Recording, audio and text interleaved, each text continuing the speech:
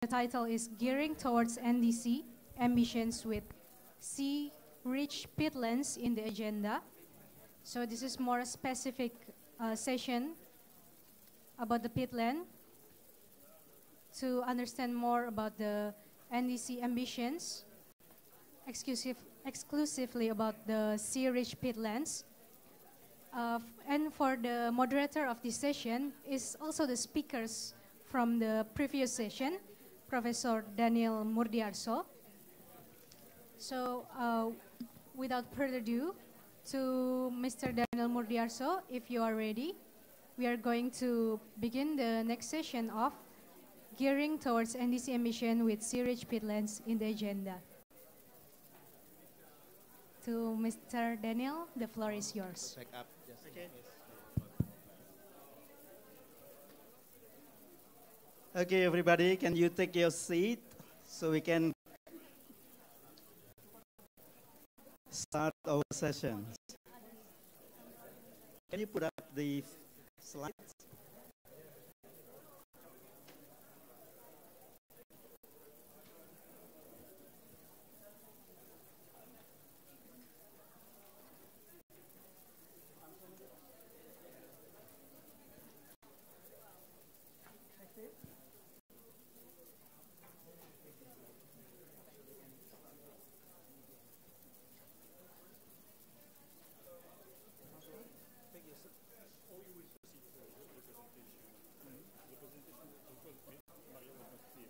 I do the presentation and then your question that was sent in advance. This is the question here. Okay. No, tell me the way I can. Oh, I just question. Okay, and then after question, you can see.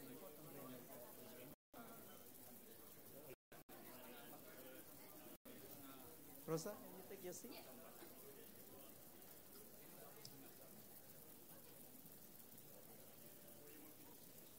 Anywhere, here, so we have a balance.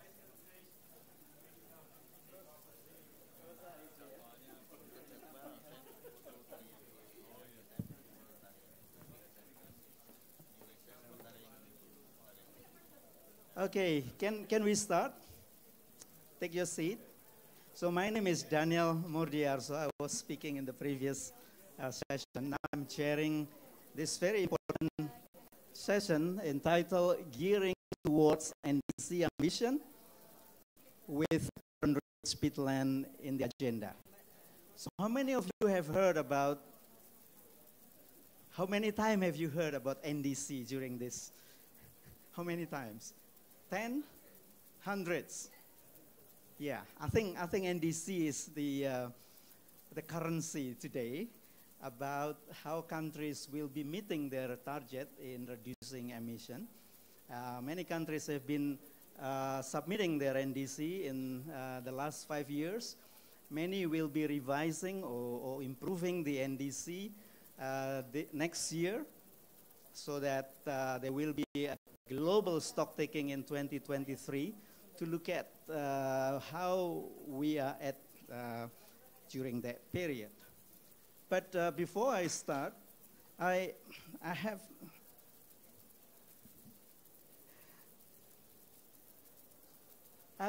not so good news for you. It has been reported that the level of emission is reaching 55, almost 60 gigaton, which is way beyond what is expected. And that is causing 3 times harder to meet the Paris target below 2 degrees C, or even harder if you're talking about 1.5 degrees C. So UNEP report indicated that the annual emission reduction is no longer 3%, but more than 7%.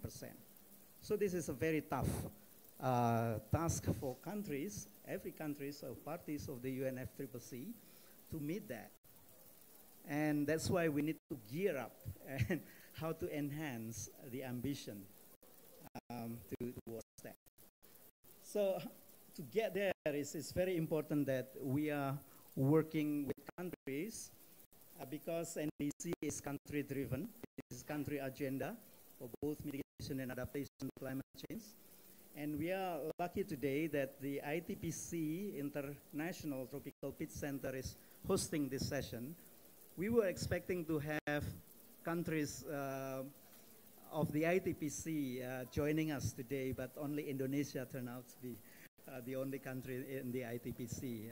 Our colleagues, Jean-Jacques Bimbita, is not able to make it because of the visa problem from DRC. So unfortunately, but we will hear from him and we will convey the message to him about what we are discussing here.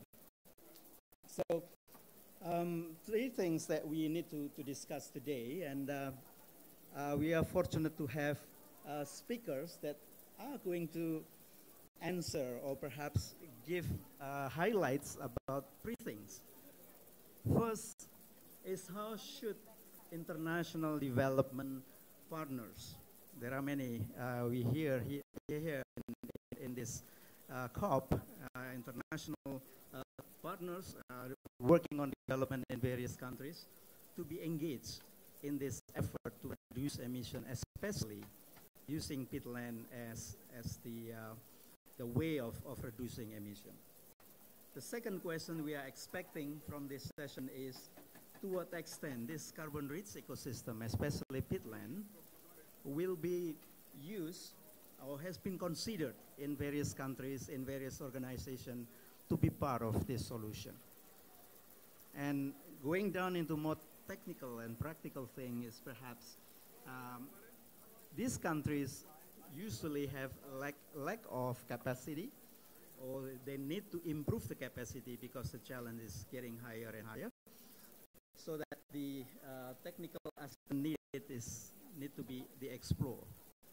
It's country-driven, so any organization who are willing to help should really fine-tune their support to the country agenda.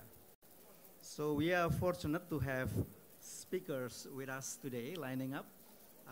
The Vice Minister has given his keynote speech in the previous session, so we can have more time because he combined that address. In addition to that, we have four speakers. First of all is McPhail Caspers from, it's very long, the name of the organization is Federal Ministry of Environment and Nature Conservation and Nuclear Safety. For short, it's BMU. It's easier. And then we will also have Pak Rwanda from Indonesia. He's a person who is responsible to report to the UNFCCC through the NDC. So he's handling this reporting for the next round, which will be submitted next year. We want to hear from him how Indonesia is considering peatland to be part of the NDC processes, and how ambitious it is to use this carbon-rich ecosystem for Indonesia, which is turned out to be the largest country to have peatland among others. We miss Jean-Jacques Bambuta, but we will have two scientific organizations dealing with science to help countries, to help the improving their capacity. First, Rosa from C4 will be talking about the challenge in improving the capacity, and also the opportunity, how to really pinpoint what kind of capacity is needed and how to deliver that in countries. And then FAO, Marshall Bruno will tell us about the agenda of FAO to help countries with a very specific tool to improve the assessment and also mapping, monitoring, etc. So without further ado, I would like to encourage our speaker to describe very, not too quickly, but succinctly about what you are doing with regard to those questions: capacity building, matching with the international need, and also the need of the countries, how to help them. McPhail, you have a lot of experience in public awareness in Germany, but also elsewhere. Time is yours.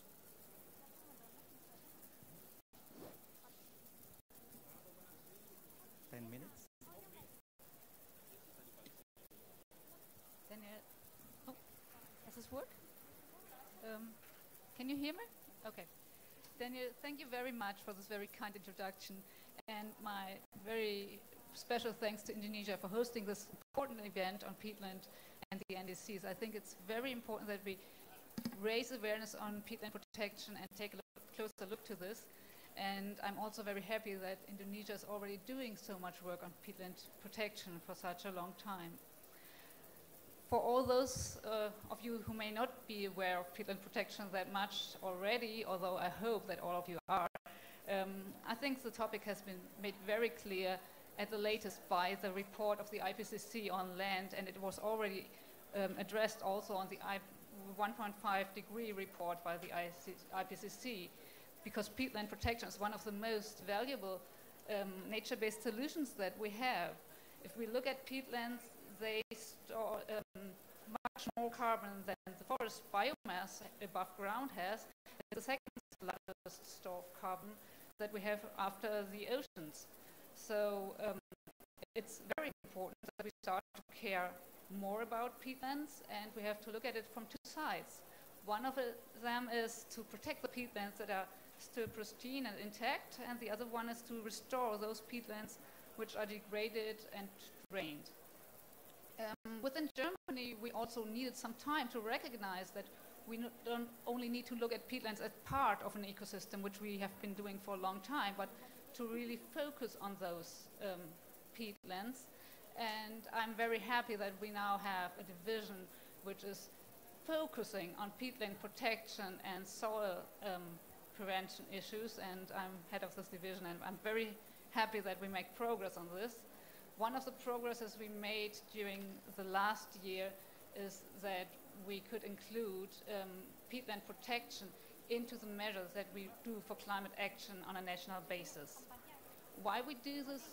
Peatland protection is one of the areas which have a lot of emissions that we cannot neglect, but on the other hand, if we make progress on this, we will make progress on many other SDGs as well.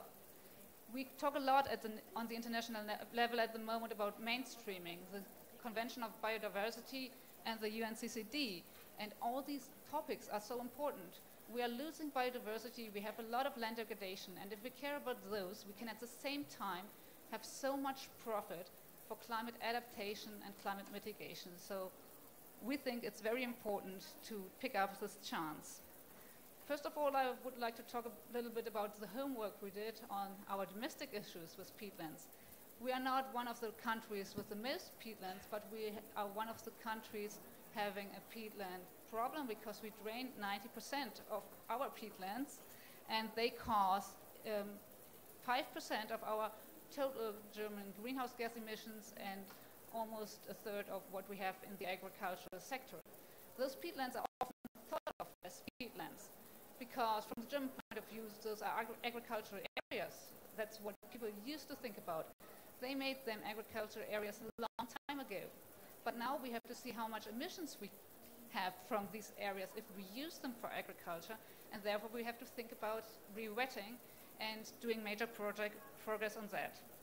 In Germany, we have the situation that in October and November we had decisions by the government and by our parliament on our Climate Change Act and on our Climate Action Program, which will lead the way to meeting the goals of the Paris Agreement. And for this, we sure had to take into account peatland protection. So what we are working on at the moment is a mutual agreement with the German states on peatland protection and especially on re-wetting.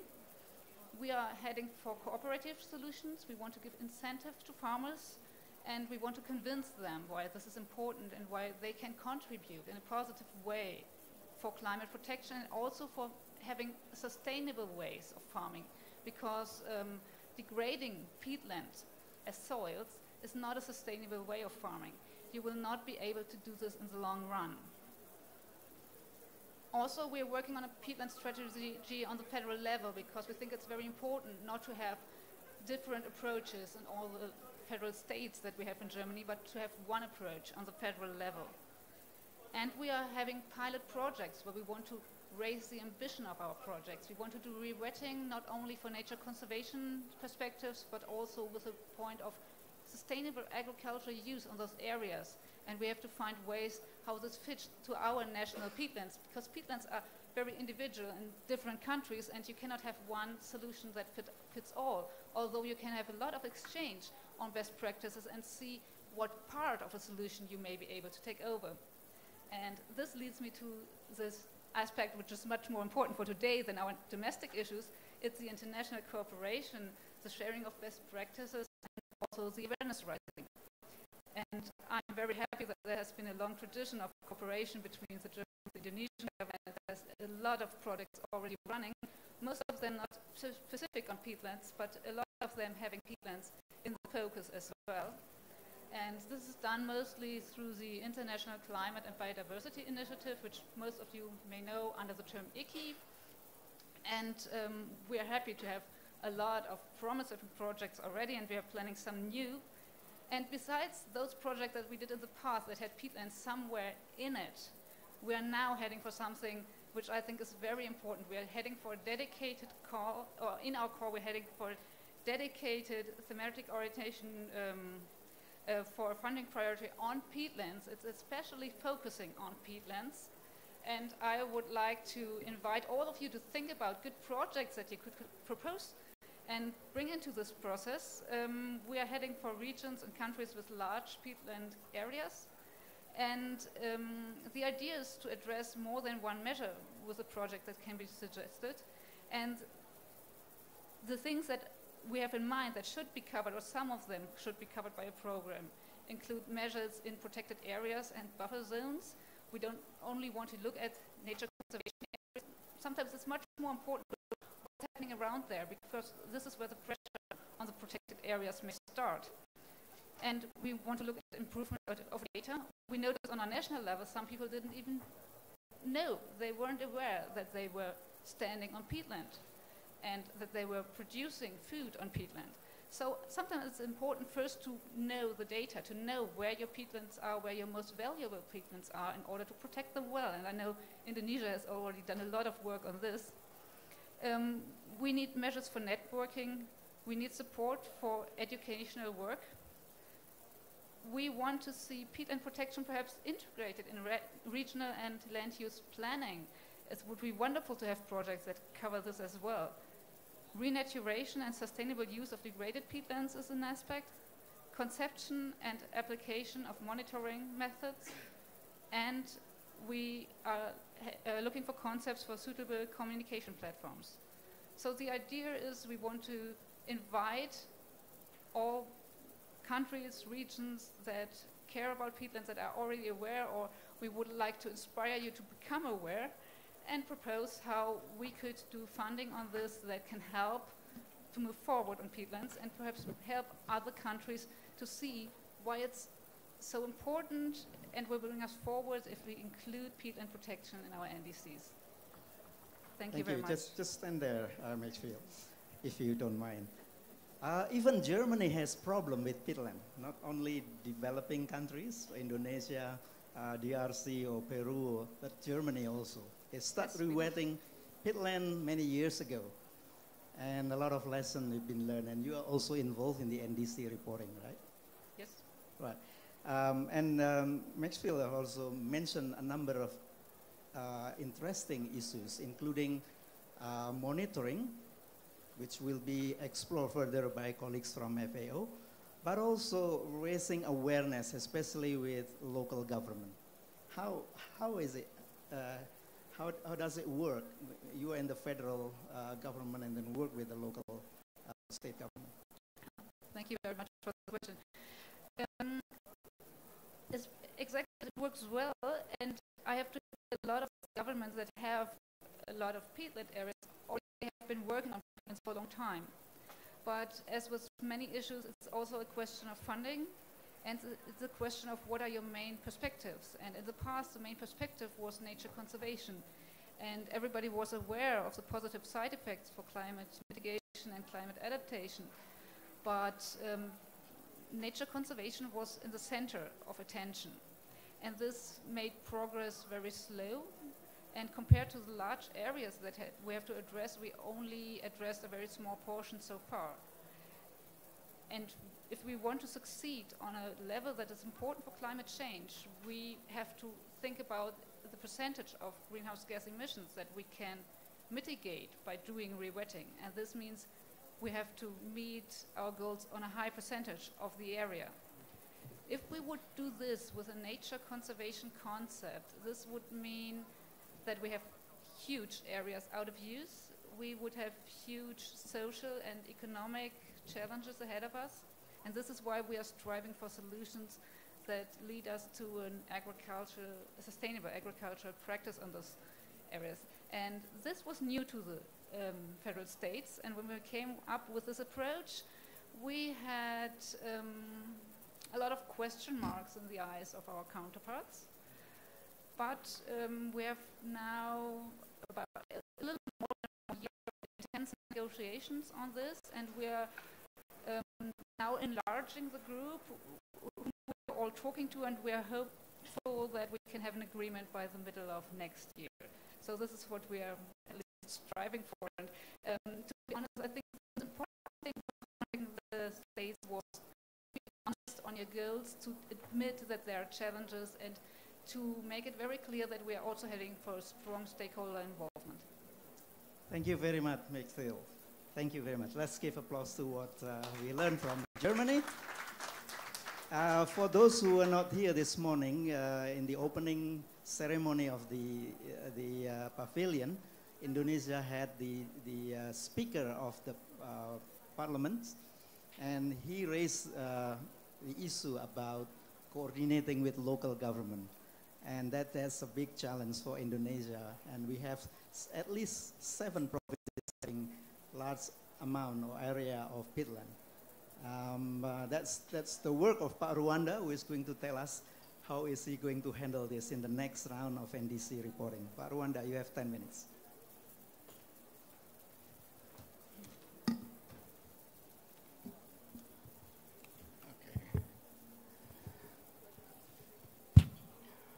Thank you, Professor Daniel Mudiarso. Good afternoon, ladies and gentlemen. Yes, as in the TOR that I have to bring the NDC, so there are already many of the NDC 2 days and several years back. So also Indonesia want to update our NDC as mandated from the UN CCC. CP 21 para 24, that the time frame up to 2030 to communicate or to update by 2020. So we're preparing the updating of our NDC to make more ambitious.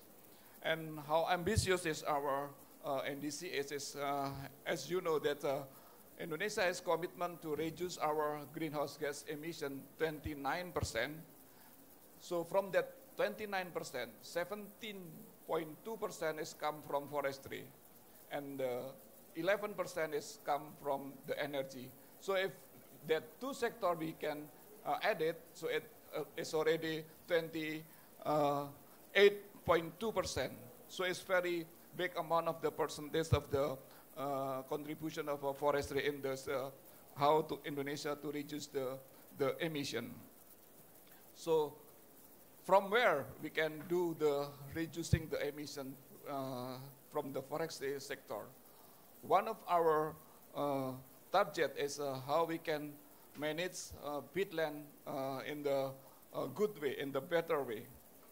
As we know, next please. Yes, if you know the peatland area, so if I can figure how is the peatland area. So if we have the landscape like this is the dome area. So the dome area and the protection area, and then this one is a cultivated area. In the dome area, the peat depth is about 20, or in some part is 30, right? Mr. Dr. Professor Heng Justin. So next. So that's why there is a activity in a peat dome. We have in the core area for the peatland protection and restoration. The activity will be protection measures, restoration measures, reforestation activities, and constraint on other user. This is special activity on the peatland area, in the peat dome area. So very restricted area. We have to conserve that area. Next. This is the buffer zone of the compatibility uses on the graded shallow pit.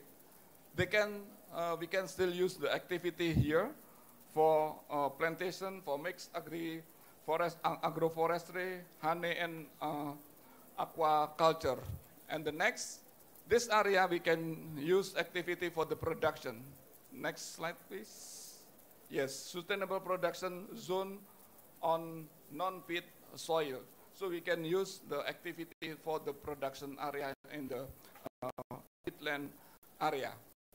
So with the categorization of the activity in the peatland, we can conserve the peatland much safer and conservation activity. Next. Yes, what is the strategy for reducing emission from the peatland area? There are two big activities in our ambition how to restore our peatland, and then the how peatland water can be managed better. We have already the instrument for that. We have the regulation to manage these two activities. So we have a ministerial regulations to arrange how we manage the peatland much better. Next, we can know how we can move forward by the activity in forest area. So we can do facilitated the landscape-wide or national jurisdictional approach to enable solution at scale, and also investing and de-risking investment in the inclusive economic alternative, for example, paludiculture, part of peatland restorations, and protecting all remaining natural peat swamp forests.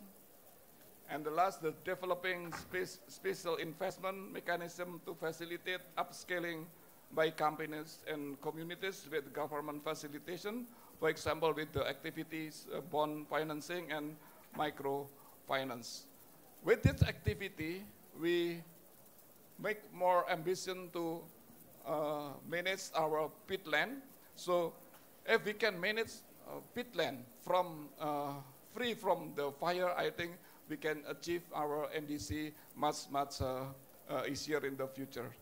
That's what I can tell to this afternoon session, Professor. Thank you. While you're standing there, yes. Again, give applause. Your last point about fire, to mitigate, in order to help achieve the ambition to reduce emission. In the 7 provinces of Indonesia, which provinces are very prone and priorities in terms of fire avoidance? Yes, exactly. There are 7 provinces that we very our priority to be managed better. Is the first one is South Sumatra and Central Kalimantan. Today we have some specific activity there, and next 6th of December we have a meeting with the coordinator minister of politics to deal with the 7 provinces. So there are roadmap to do in the field. So the governor and also the police and army, we can also include on that activity. So we sure that there is a suspension of the forest fire will be a good position in the next activity in the peatland area. Yeah. Another point which is very special and specific you mentioned is about microfinancing and bond arrangement. Can you tell a little bit more about that? Because this is new. Maybe for countries in Africa, we can see and also Latin America, they have not done this. Can you share more about this initiative? Yes, actually I will explore more detail on the next sessions. Okay. So we can. You stay here. You stay. I will explain more about this initiative there. Thank you very bro. much. Yes, Thank you. Yeah. Let's take your seat. Yeah. Right. So our next speaker will be Rosa. Rosa is with C4, working on fire and emission of greenhouse gases, doing a lot of mapping and GIS-related issues in various countries. That's why he's challenged to tell us about what is the challenges in introducing this kind of approach and also opportunity to work with countries. Rosa.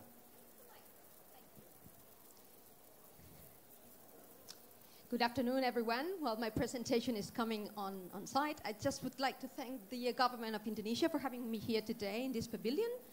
And also, I'm going to warn you. Here I'm going to tell you a story. I am not going to get very technical, okay? So I'm going to start general about fire. We all are living in a year that we have seen fires in the news in almost every single country. Right now, the latest in this journey of fire disasters is Australia. We've all seen Australia with the koalas and all the devastating fires. So I'm actually would like to talk about what would be a general opportunity for countries to incorporate fire into their NDCs, but just as a little journey, not very technical. So basically, the story comes, and we've seen in the news so much lately, who has more fire, right? Like they were telling, oh, Brazil is having a lot of fire, but Africa has more fire. So basically, this comes from a publication from a NASA scientist called Andela. And what he did was looking at the distribution, global distribution of fire between 1998 and 2015 in two different ways. Density of fire, so areas that per unit of grid had more fire in this period, and areas where the fire trends along time are changing, okay? These are two important variables that any country willing to work with NDCs should start looking at. So if we look at how the fire is distributed in the planet, we see that Africa is the fire continent. We have sub-Saharan Africa and the northern part of the southern horn also been extremely affected by fire. This is quite interesting, also Northern Australia. If we overlap this fire to biomes, what we will see is that most of the fires correspond to very low cover, canopy covers from forests. So all these areas with higher densities of fire are affecting savannas, or they are affecting low fuel ecosystems. Here we have Miombo. These are not savannas, these are dry forests, okay? We also have the Cerrado and Caatinga ecosystems in Brazil also within this region having more fire than the rainforests, okay? Because fire is, of course, depending on fuels, and fuels that are more flammable burn more. So from a global distribution of density, that is what is happening. So if I'm Africa, I would like to have NDCs in areas where my density of fire is very high. In terms of emissions, of course, if you have savannas or grasslands, you will not have as much emissions as you would have with forests, okay? So also that it's an important component when thinking how to mitigate emissions at the national level and incorporating fire. You need areas with high amount of fire, but also with high fuels. The other important trend, and here we have Indonesia, is not only where fire peaks or doesn't peak, but where changes in trends of fire happening, okay? There are several reasons why this could happen.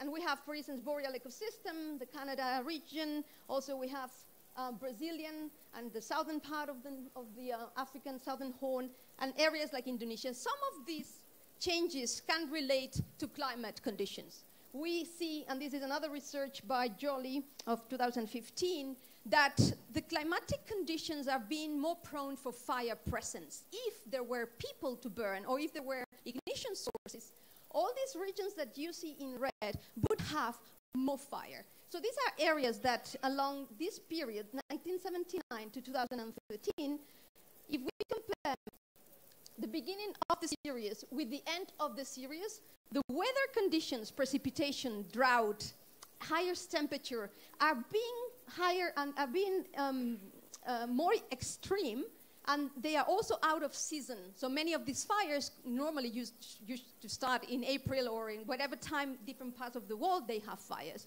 But now we are having extended fire seasons out of the dry seasons, and we have more extreme conditions.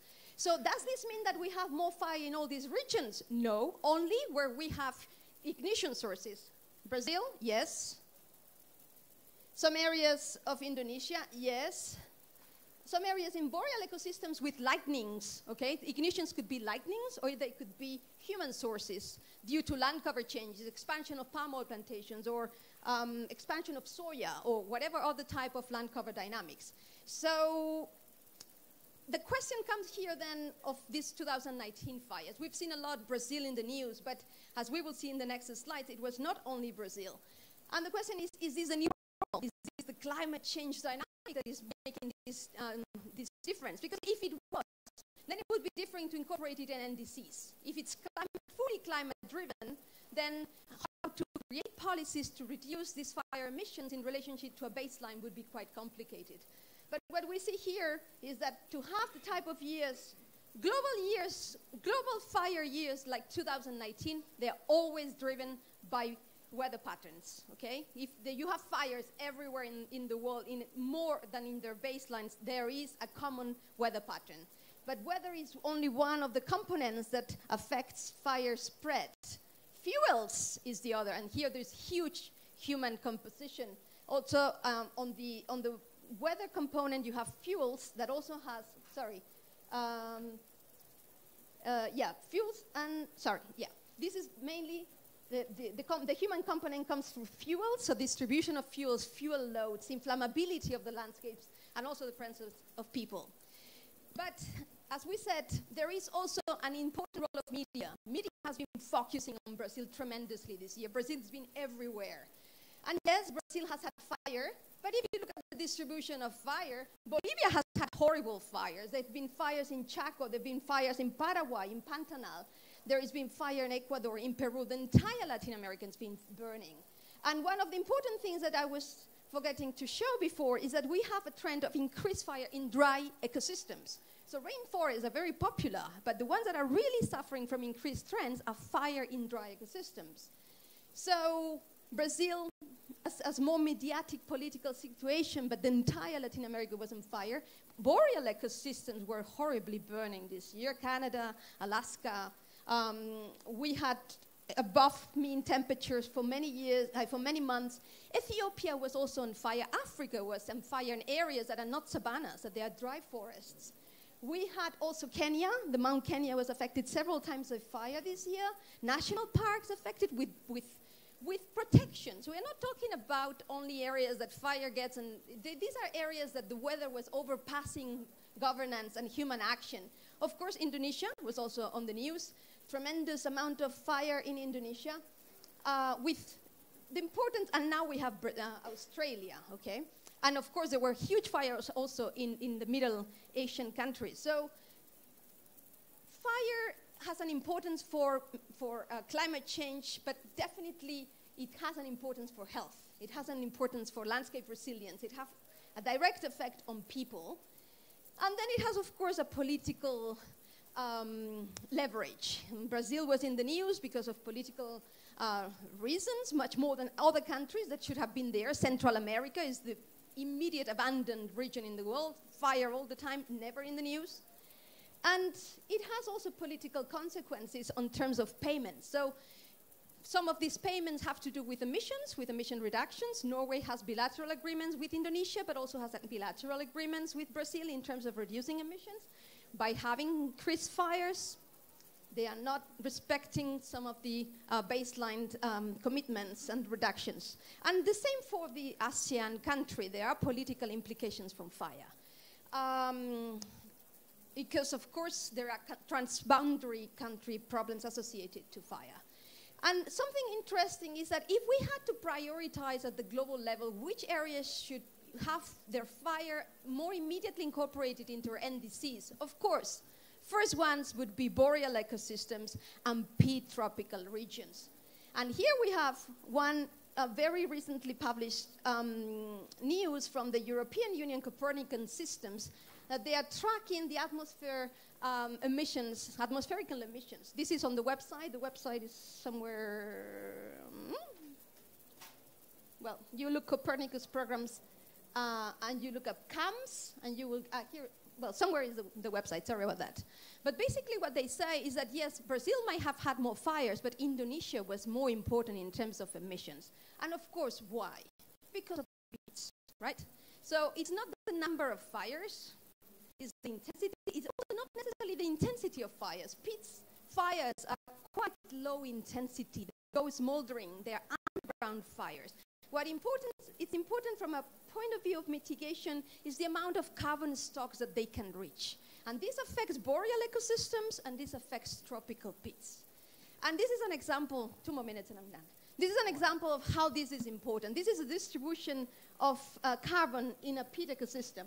You have the above ground peat that could be around 100 tons of carbon, but then you have almost 3 to 7 times more peat stored on the ground. So when fire comes into these ecosystems, what you are doing basically is that you are releasing a storage of carbon that has been there for the last 12,000 years. So you are adding fire. If you burn a savanna, you're not adding fire. You're not adding emissions, because the next year the savanna will grow, okay? So you will recapture whatever you've emitted. But here you have additional net emissions into the planet. And that's why if countries had to prioritize fire into the NDCs, let's do it with peat ecosystems. In terms of technical, and this will be my last 2 slides, I promise, in terms of technical aspects, what is important and why it's so complicated for these countries to give good, accurate estimates of their emissions and then to incorporate them into performance payment basements that have to be very accurate.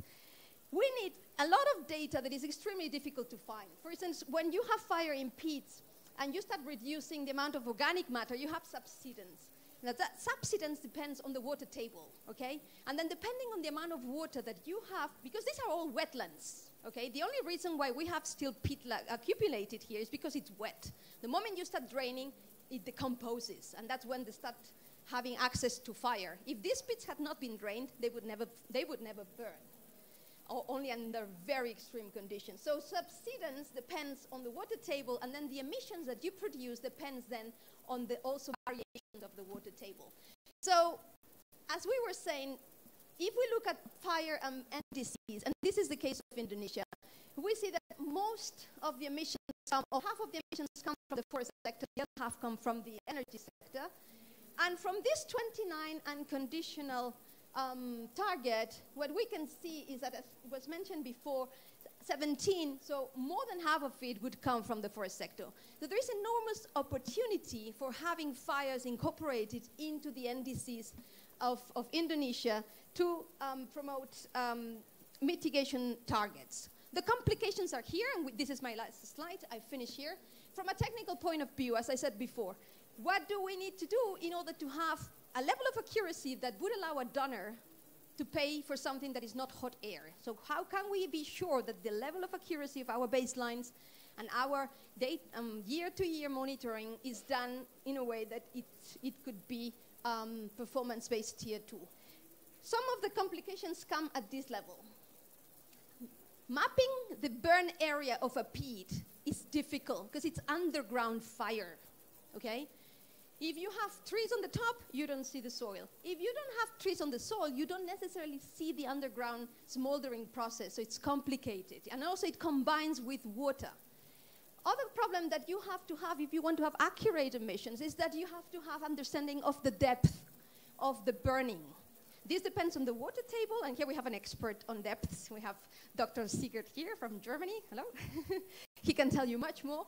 But basically, you need radar to understand how different repeated burnings over peat is affecting depths, and then how much water is there then to create your emission factors. Right now, Indonesia, like many other countries, are working in tier 1, which is basically using a standard emission factor for peats that is very big. This makes it very complicated for them to be able to mitigate. Yes, I can feel the pressure. I can feel the pressure. So just to finish, in order to have like countries participate, like countries like with peat, which should be our target, boreal countries and tropical countries. Here we have 5 or 6 components that should be reinforced and that we encourage the Indonesian government to take the leadership in moving forward, which they already are doing. Reinforcing MRV systems working at jurisdictional level, national level, it's very difficult to have the accuracy needed for performance payment. Improving emission factors with all the difficulties that we had, then combining different methodologies, radar, satellite, ground data, baselines that are more accurate. If you don't know what was your baseline, then it's going to be difficult to compare it to what you are really reducing. Transparent data sets, all your data on the web, please. We need Indonesia to be Brazil. We need you to be courageous and put your data on the web, get ground validated data so that the rest of the world stops talking about your numbers and you give them your numbers. I think that would be very important for Indonesia. And the last one, before he kills me, is consistency. Yeah, that's it. We cannot have mitigation targets that are inconsistent with the greenhouse gas inventories and the FREL. Thank you. Thank you, Citro. And I don't have a question for you, not because you ran out of time, but you mentioned exactly what I'm going to ask about NDC, fire, and peatland. So you put it very nicely. Thank you very much. Our last speaker is Marshall Bernaud from FAO. And this is very important, perhaps not necessarily because it is technical, but also how we engage with countries. That's, I would like you, Marshall, to emphasize that your kind of top-down technology is not dropped somewhere, but you fine-tune it what the needs out there. Let's Please. see if I need your mic, because if I need your mic, you will not be able to stop me any longer. I can learn from from C4, so some good tip. No, but I will really be brief because. Yeah, I know. No, but I can speak 10 minutes on that slide, and I will start. It will be longer. No. So before starting, what I want to say to recognize here, I am the first author, but the real author it's Maria Nutinam, and all the other colleagues. So I'm here representing because I'm part of FAO delegation.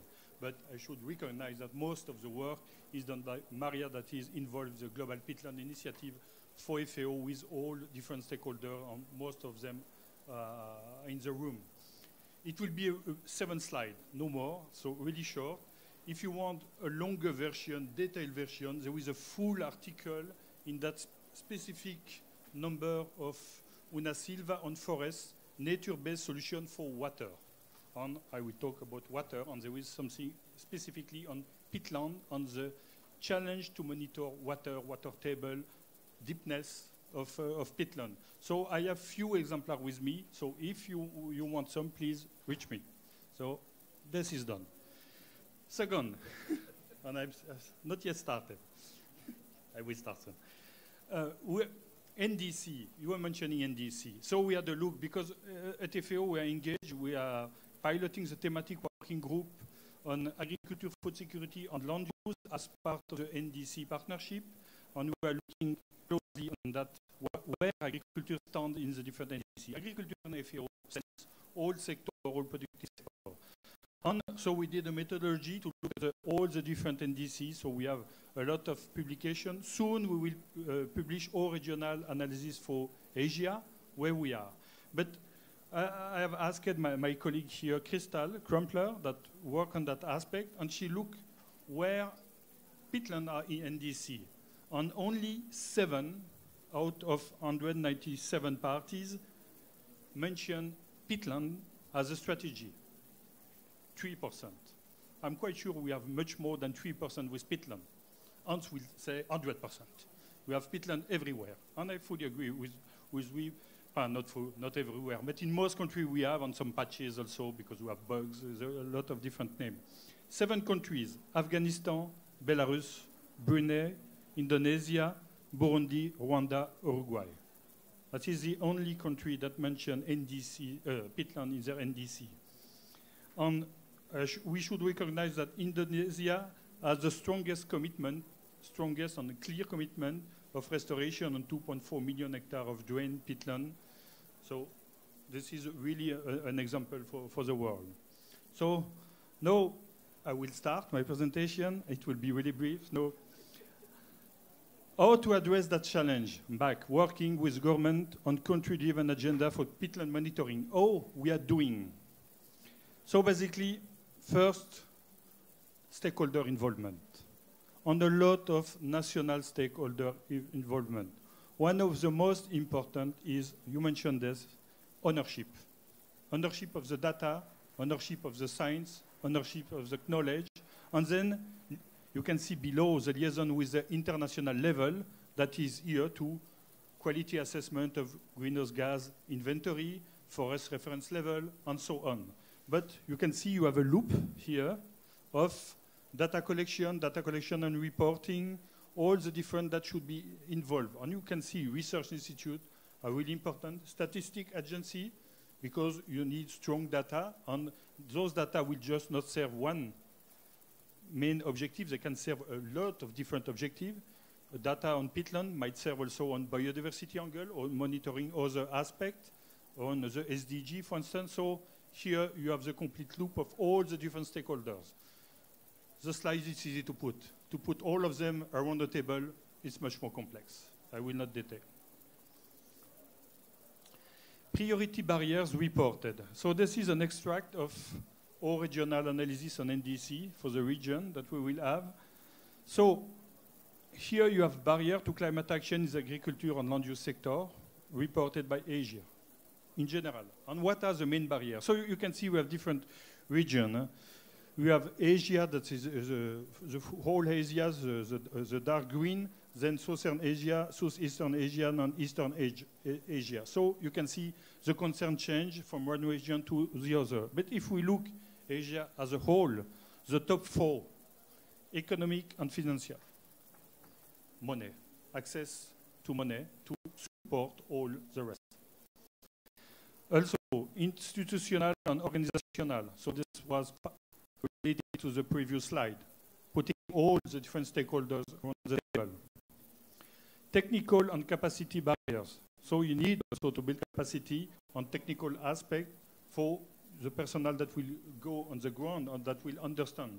And not all countries has also the same level as Indonesia in terms of capacity or in terms of knowledge already on peatland. So you need some time to start from scratch from the beginning.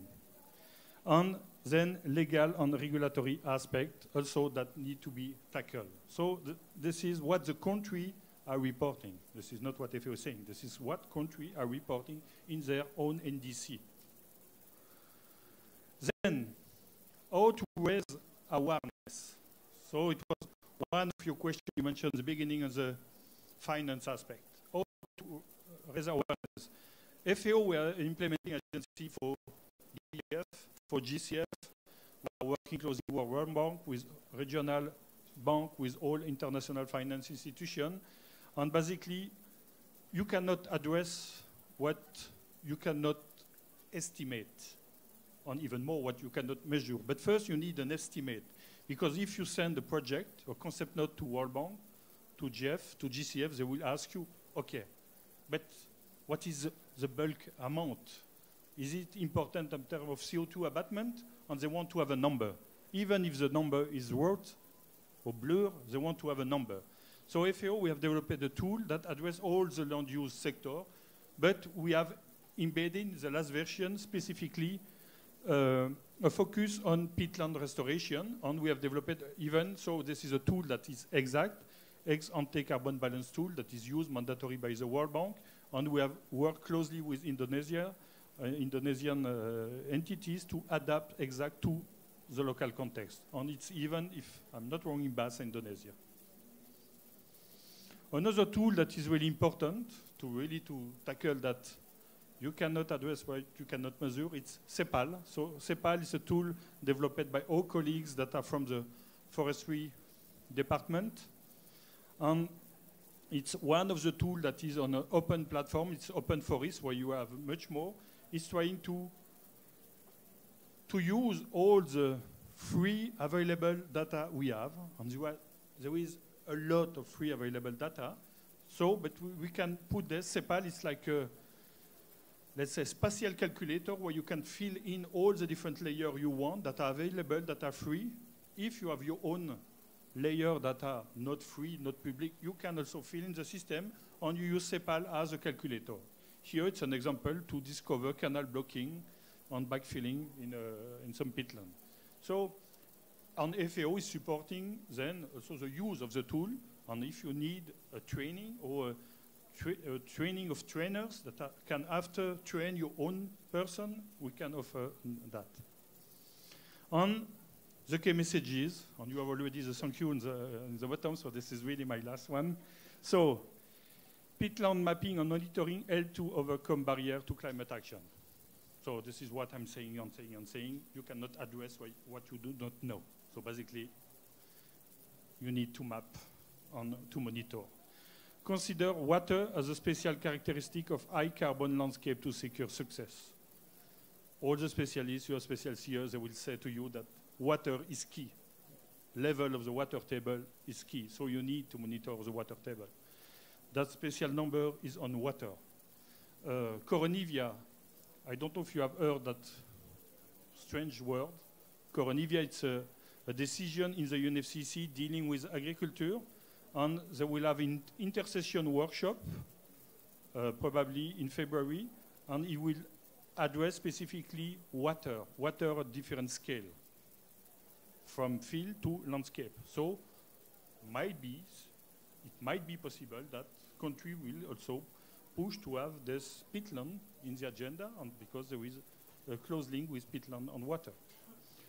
Tools such as FAO ex-ante carbon balance tool or CEPAL can help to demonstrate the benefits. So it can help you to have more access to finance. Then, last one, focusing on addressing needs, improving developing countries' capacity, because some countries, and the more you will have countries aware of the peatland issue, the more we will need to have capacity. So I will stop here. Happy to answer to your question. I will handle your mic. Excellent, excellent, Emily. Give a bit of applause. Marshall, I have one question. Can I have the 3 slides before this, before the last one? I'm glad you mentioned about ownership, because this is very key. If you work with countries and trying to help with the capacity, train them to be a trainer, etc., ownership is very key. No, his presentation, not mine. I can answer. No. Okay, you put a bar chart there about the potential barrier that based on the country, but not based on the aspect that you listed, including technological, economic situation. What is the hardest? The hardest to address on. Yeah, wait, not one. Yes. What is the hardest one among these 4 categories? If you want to introduce anything. In fact, the answer is in the chart, on the bar. It depends really of the context. I have no straightforward answer, because if you look, the first one, for instance, if I go here, so economic and financial barrier that are said to be the first one, it's 100% of the country in Eastern Asia, but it's not 100% of the country in, so that one is Southern Asia, it's only, but it's 2/3, 63%. And if you look for that region, perhaps the first major concern is either here and the second here, so this one is only the third. So it's a mixture, so that's why we were really clear to show that it's always good to have regional overview, but we always have to look at sub-regional and even better at national. But when we did that analysis, looking at all the 197, it's not 197 because you have country group and this is like the European Union, but basically you have then, when you really want to address that, you have to go to the national level. What the country is reporting in its own NDC to address that challenge. Here it show you a big picture, but even you can see with some different variation. Thank you very much. So take your seat, Marshall. Thank you. Since we've been very strict with time and we miss one speaker, we have plenty of time for you in the audience to ask questions. So please indicate yourself, who you are, where you're from, and to whom your question is addressed to. Faisal, and then the lady over there, and our journalist. Let's start with three. Faisal. Thank you. Dr. Randa, in your presentation, you talked about the possible the challenges and issues. Could you elaborate a little bit more now, and drawing on some of the comments from the other suggestions from the other presentations about how peatland could be better incorporated more strongly into the Indonesia NDC process? And also in your presentation, you showed about possible financing. Could you elaborate more about how you think that financing mechanism could work? Thank you.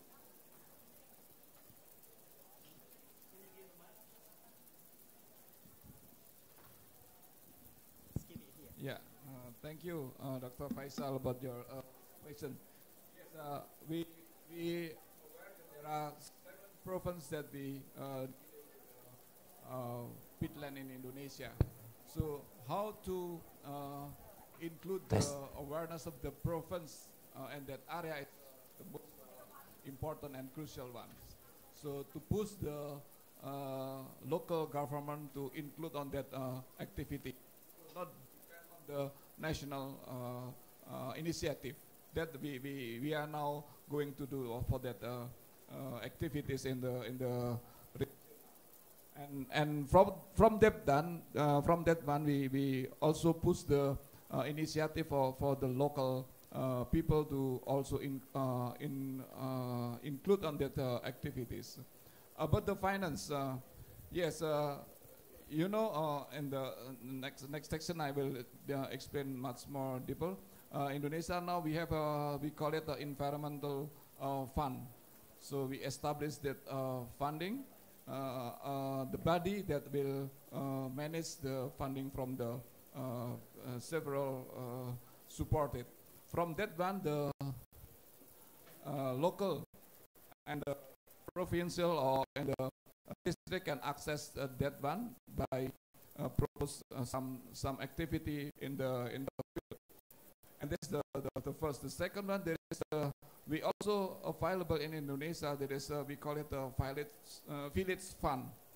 So the village in the they can access from that fund with the specific activity for the adaptation and mitigation activity in the ground. So that is available now in Indonesia. Yeah.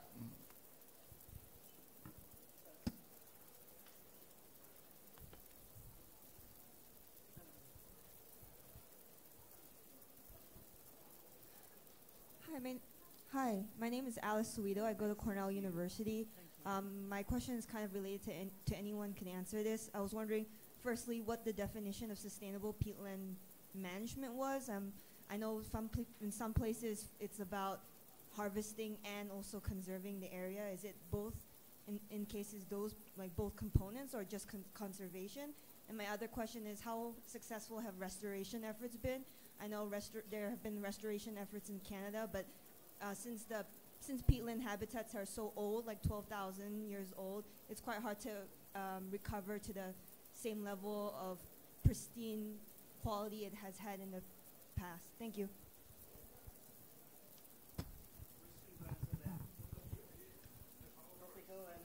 Okay. Now, on the sustainable dimension, so what is sustainability in general? Because it's not just for peatland.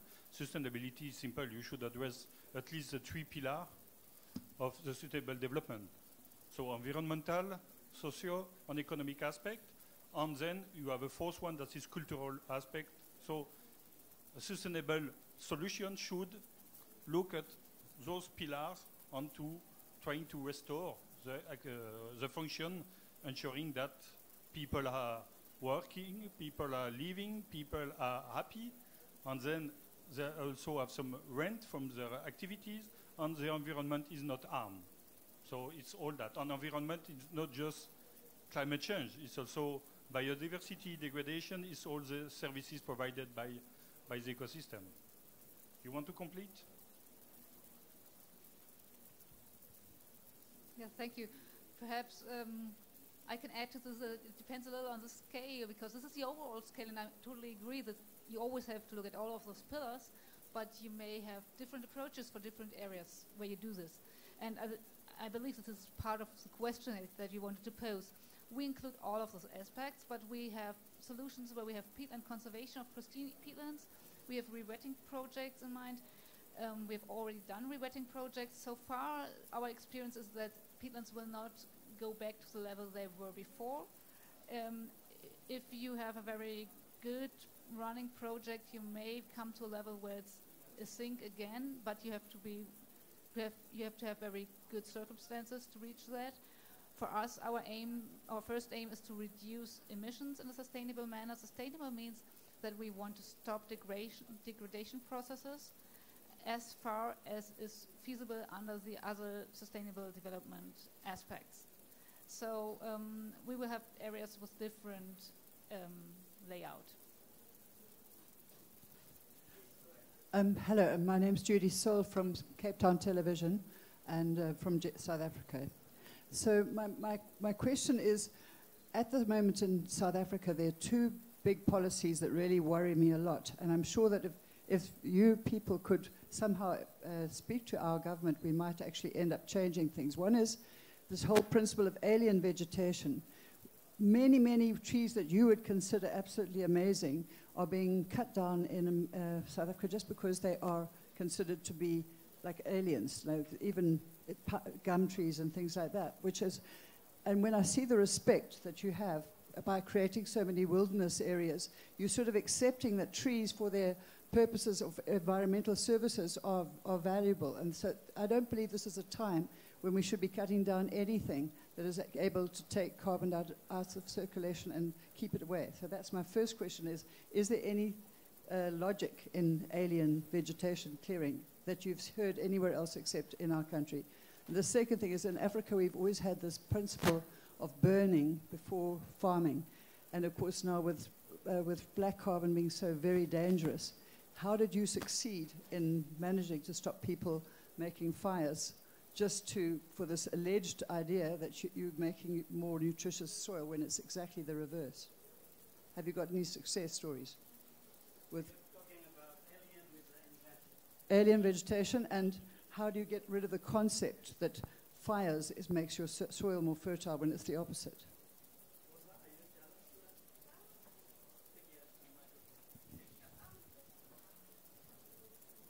Well, the decision of alien species incorporation is a governmental one. From an ecological point of view, you want to go away from alien species as far as you can, because you don't know the ecological consequences of incorporating exogenous species into your system. And we have, for instance, in Spain, examples of invasive species that occupy the niche of local species that are much more aggressive, and then you have no way of taking them out. Or a classical example is Australia with the rabbits, right? So I think I understand your logic that for certain cases maybe there should be a diagnostic study of whether not allowing them or allowing them would be detrimental. But in general, from ecological perspective, you don't want to become Hawaii. Hawaii is an example of an ecosystem that is completely degraded by invasive species, and that has a complete disaster for ecological networks, for the system and the health of the system. So the precautionary approach is extremely important when dealing with, at the same time that having monospecific species in the way, for instance, that we are having acacias in Indonesia, or they are having acacias in Indonesia, is also much more exposed to problems of plagues and problems of ecosystem dynamics that you wouldn't have with multi-specific species. So that is one side. I think it's absolutely right from the government of South Africa to have a precautionary approach towards indigenous species. Because in general, the analysis around the world is always negative. The second point is whether fire promotes fertility or not depends on the biome and also depends on the frequency and also depends on the conditions. Fire is being used for palatable grassing for livestock for decades. So there is one component. And the problem is when you overpass the amount of frequency of fire, and then also the conditions of the weather are changing. So now, before maybe you were able to do it under moderate conditions that gave you certain results, but now on the same time, because the fire weather seasons are expanding, you do it at the same time, but the fuels are so much more stressed out that then the consequences are expanding fires and also damaging tissues that otherwise you wouldn't have damaged because they would be more wet. So as everything, we are in a transitional climatic period. We have not necessarily significant responses of extreme events or changing patterns, but that doesn't mean that the trends don't exist. So we need to readjust with an adaptation-based approach at how we make decisions. We cannot just rely on the past because the normal of the past is not the normal that we have now. We have a different normal, and I think that's quite important to understand that. Climate is driving us into a new situation, and that's detrimental because that would require some diagnostic before making decisions, which no one has the money all the time to do. But then we have consequences of that in years like this year that it was so extreme weather conditions, things were done in the normal way. It's not that you have more people burning in Spain we have so many fires that there was this joke saying, oh, in dry years we have more people burning. It's just that vegetation doesn't filter anymore, right? So we need to readjust to this new normal climatic conditions and what it means for us in terms of policy making and decision making on the ground. So in terms of fire not being beneficial for the soil, in many countries where fire is part of the ecosystem, it is beneficial. It renews the nutrients. It renews also fertility. Many species in the Mediterranean require, or in Australia, require fire to reproduce, okay? So it's just depending on how much fire, under which conditions, which season, so not necessarily a yes or no answer.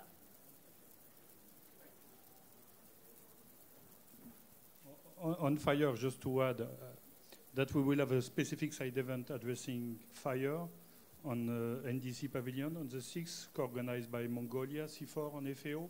What time it is? Remember? 10:30 in the pavilion, NDC Pavilion. So 10:30 on the 6th on the NDC Pavilion.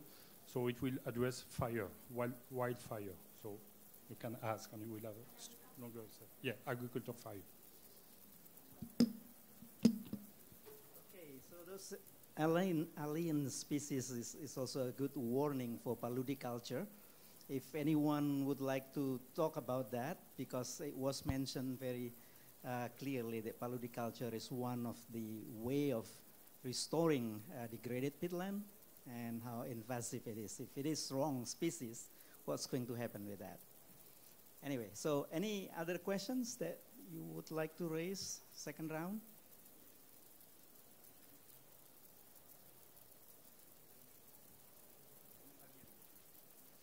On alien, just to add something, FAO is implementing agency, so we are implementing project for GCF, JEF, World Bank, and we have a set of criteria.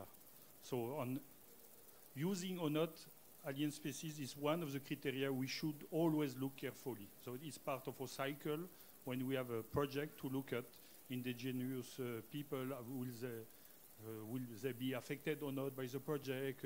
So we have a different set of safeguards, we call. So on alien species is one that we really should look at because it's always tricky, and most of the time the tendency will say to, if we allow it, will be really that we have an extremely good, precise reason, but most of the time it will be no go. But that's it. Wayudi. Thank you, Daniel. It's very interesting for your presentations, especially regarding with the terminology of restorations. In Indonesia, we are still struggling. What does it mean by restoration? And what does it mean by just regreening? What does it mean by rehabilitations or reclamations? And just we heard about alien species. I think it's, to me personally, I prefer to use restorations to avoid what do you call invasive species or alien species. So what do you think if we just talking on peatlands using native species, meaning that we are restoring the ecosystem? What do you think?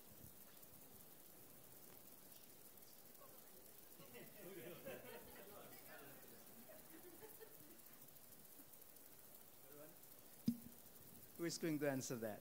How do you define restoration? Are we doing restoration really? Or is it just, not just, is it rehabilitation? Because by definition, when I look up the dictionary, you have to put it back to the original condition. That's the definition by words. But it's a good kind of buzzword to spread the message that something which is, you know, going wrong need to be restored. That's very strong message, regardless what do you mean by this. But it's been used widely. I'm not saying that we should accept that, but John, Hans. Yes, just to react on what you was just saying, I think it makes not so much sense to discuss whether something is restoration or rehabilitation or whatever words you can think of. And we are talking about peatlands. Peatlands degrade when they are not wet, so you have to make them wet again. So simply say wet. And that is the important issue. Whether this wet is under natural conditions with native vegetation, or whether it is wet even with foreign species when you imply polyculture. Don't forget, the most important invasive, very successful species in Indonesia is oil palm and acacia, of course. They have spread immensely. But for peatlands, it is relevant that they are wet, whatever you do. Thank you, Hans. Any other questions? Oh, Faisal, and then lady at the back. 2 questions. Well, maybe I could just add on the restoration debate and the feasibility. I mean, I totally agree with Mayudi. Whatever we're doing, we should be looking at the indigenous species for restoration projects. Number 1 is water. Number 2 is indigenous species. But creating, a lot of the projects are focused on planting. And that is very labor intensive, very expensive, and with limited success. The most, from our observation over the last 20, 30 years, where we have seen success is where the natural conditions have been recreated, where we have first restored the natural hydrology of the system as close as possible.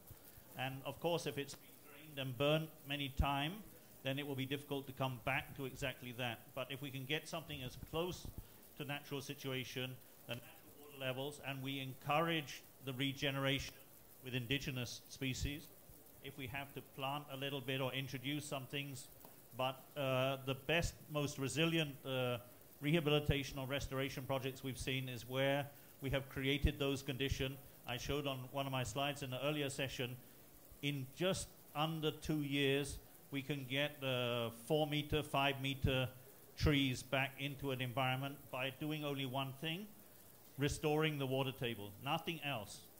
We had tried, people earlier had tried planting, it all failed. Just restore the water level. As long as the area is relatively recently cleared, it will come back. And that, I think, is the critical thing to do. And I think moving forward, we really have to look at how do we empower nature to do most of the work. We can't be out by hand planting. We want to scale up to, I think Hans gave the figure, 600 million hectares to be re-wetted or something. Yep. 20,000 square kilometers per year. If we really want to bring the emission from these degraded peatlands to zero in the coming 20, 30 years, we really have to work at that scale. So we're talking about 2 million hectares a year across the world, and we have to harness nature to do most of the work. So get the ecology right and let nature work with us. Thank you. Working with nature. Silakan. Lady, sorry, not Ibu. Yes, thank you very much.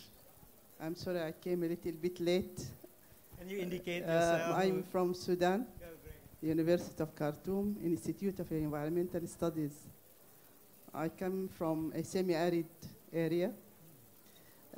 In Sudan, we have introduced a species which is called Proposis galliflora for sand fixation. That was 1920. But then it turned out to be an alien species. In northern Sudan, it was good because it used to prevent sand encroachment towards the Nile. But in the eastern part, where you have small-scale farmers, it was competing for water.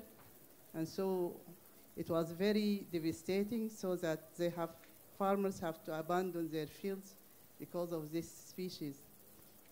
Then there was a very large campaign. A lot of money has been put to eradicate it, but they couldn't. Now we are turning of treating this species by management and not eradication. It has other good products, like the pots. It's good for the animals, but animals used to spread the seeds as they eat it, and it goes undigested, and it is spread all over. Now, as I said, we went from complete eradication to management of this species, and now we are trying to use this the branches, the wood. Actually, we had this experience from the American, who used to make pruning of the stem, so that the bark gets bigger, and then you have good wood value. But still, we are still suffering from spreading of this species, which is we imported, but it turned out to be troublesome for many farmers. Thank you.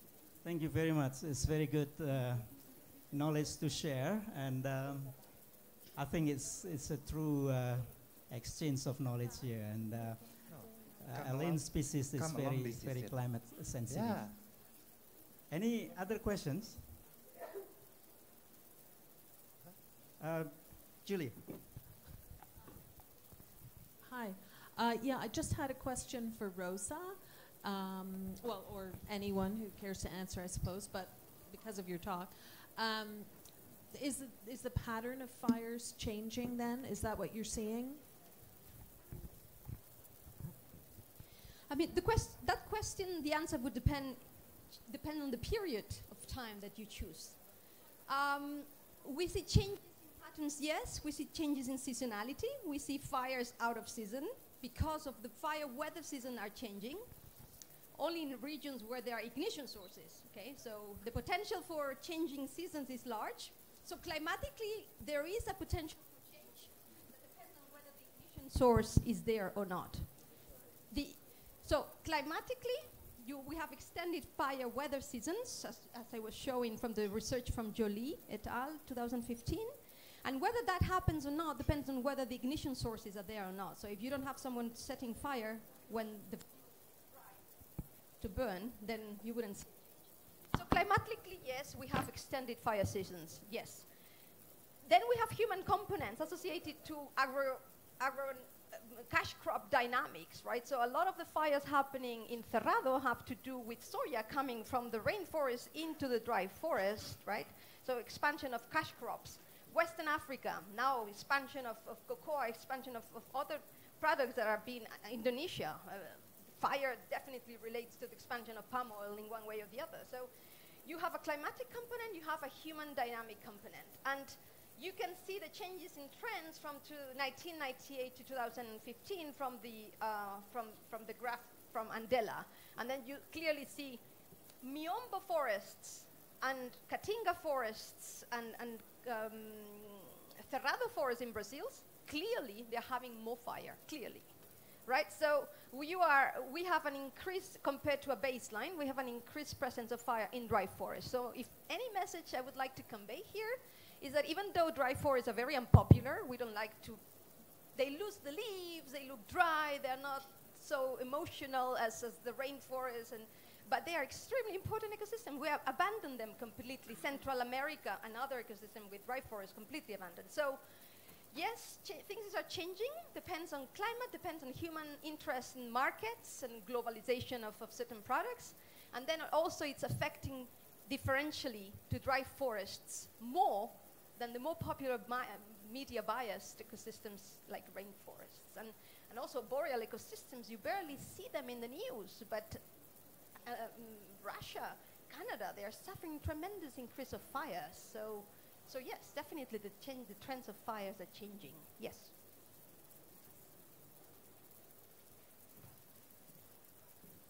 Okay, I think we come to the end of this session. And it's really been a true exchange of knowledge and also concern. And it's been very, very useful session that I have a number of things to conclude here. First of all, we've been talking about restoration of peatland, regardless the definition of it, but it's very important that in restoring peatland, you need to wet them and also to put back the vegetation, because peat will no longer peatland if it is dry and no source of organic material. So rewetting and revegetating degraded peatland is very important. At the same time, conserving the existing one is also crucial, because if we are talking about NDC, objective NDC target, Paris target, it is very crucial to have both restoration and conservation factored in the NDC processes in any countries, especially those countries who have peatlands. And at the same time, avoiding fire is very crucial too, because the hardship that you've done in restoring peatland in many, many years will go to smoke in few months. So it's ridiculous if you don't put in the equation that preventing fire is in the NDC. Lastly, the group has been talking about ownership one way or the other, but it is very important to understand this, that countries need to own those kind of technique, method, and also theory and also practices, best practices in the field. That's their own thing that can be implemented in respective countries and spread the message, the news, and bring up the awareness. That's their own country's ownership. So with that, I would like to close this session and thank you very much and give a big applause to our good speakers.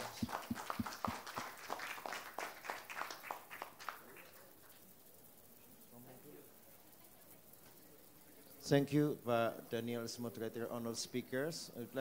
We would like now to give you the token of appreciation. Okay, bawa aja ke sini. We will have a group photo of speakers and moderator, but before that, we'd like to deliver this certificate from Minister Siti Nurbaya.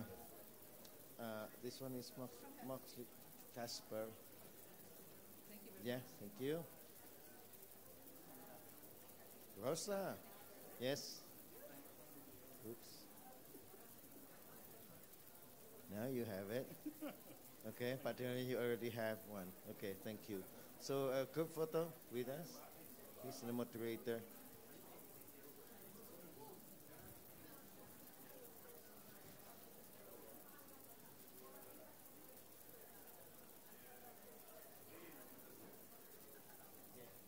Thank you so much.